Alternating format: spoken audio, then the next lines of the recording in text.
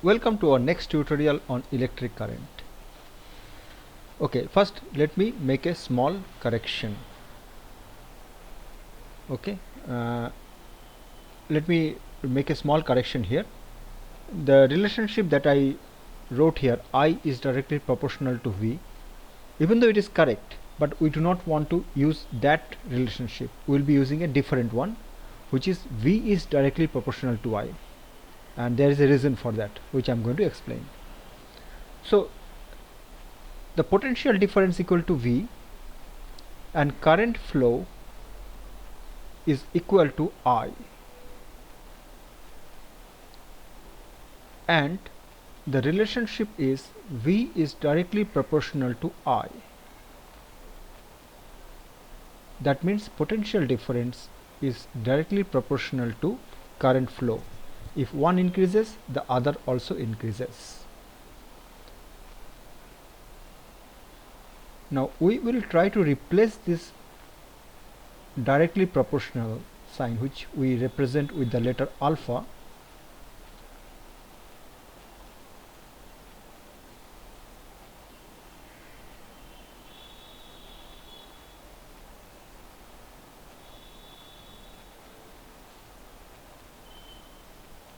we will replace this with a proportionality constant, which we call as R. This R is a constant and it has a name. This R is called resistance.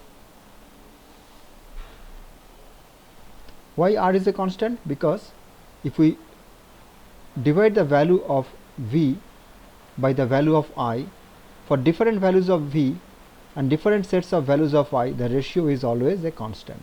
But we will discuss it more later. Let us not worry about it now.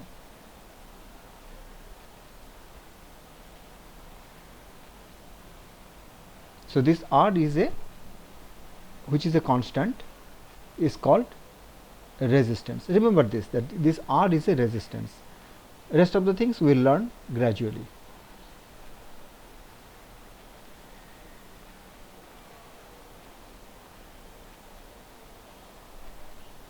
So now we introduced one new term, resistance, the resistance of a conductor.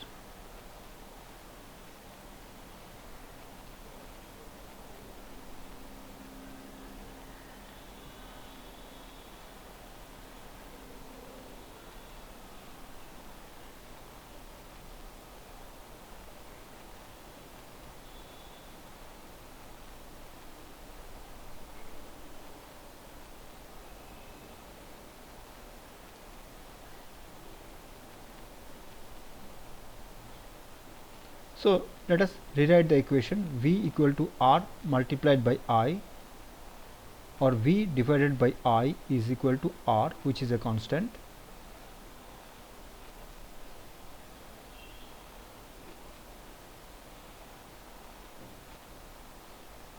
also called resistance.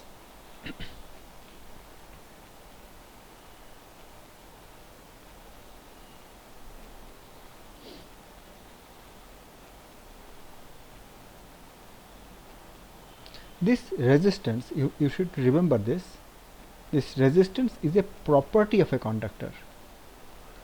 So different metal have different value of R at a particular temperature, and this value of R, that is the value of resistance, decreases as the temperature decreases. That means if we cool a piece of metal, its its resistance is decreased. And different conductors have different values of resistance, and if the temperature reduces, this value of resistance, this R, also decreases. In fact, if you drop a piece of metal, okay, let me explain. Let me tell you one more thing. For example, silver has a very low resistance because silver is the best conductor known so far. Okay, so silver is a very good very good conductor because it has a very low resistance. Whereas if you remember from one of our earlier tutorials, nichrome, which is primarily used in heating coils, has a very high resistance. Now this resistance has has a very high dependence on temperature, which I am going to talk a little bit about it, about which I am going to talk a little bit. This value of resistance depends on temperature.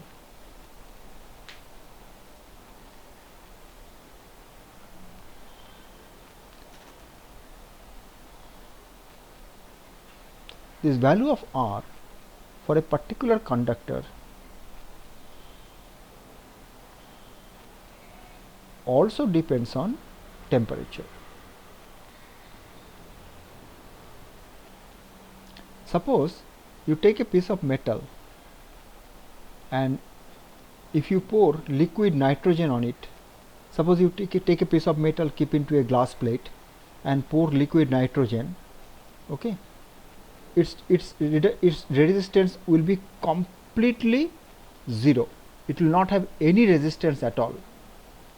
Okay, if you take a piece of metal and pour liquid nitrogen so that the temperature reduces to say minus 200 degree or so, minus 200, it will not have any resistance. It will become a, we call it as a superconductor, and superconductors have very unique and interesting properties. But anyway, let us not discuss about superconductors here. Okay.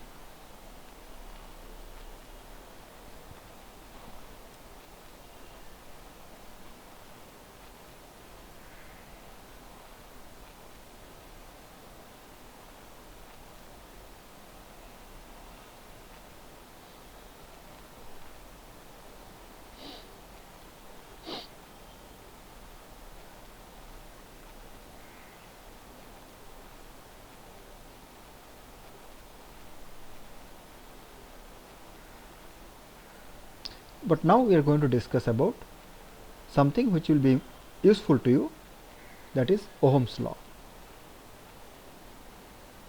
Now what is Ohm's law? Basically it is a relationship between potential difference and current flow, which we represented as V is directly proportional to I, or V equal to R multiplied by I. Now what is Ohm's law? It says if temperature remaining constant, then the rate of flow of current is directly proportional to the potential difference across the conductor.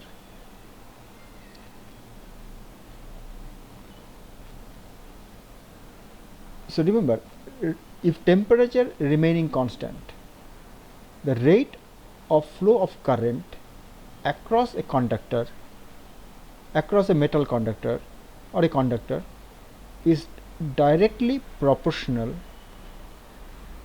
to the potential difference. So that we represent by the symbol, by the formula V is directly proportional to I, and when we replace this proportional symbol, we write it as V equal to R multiplied by I, where R is a constant which is called resistance. So this is Ohm's law, and we will be working on few numerical problems on Ohm's law which are pretty simple, actually very easy.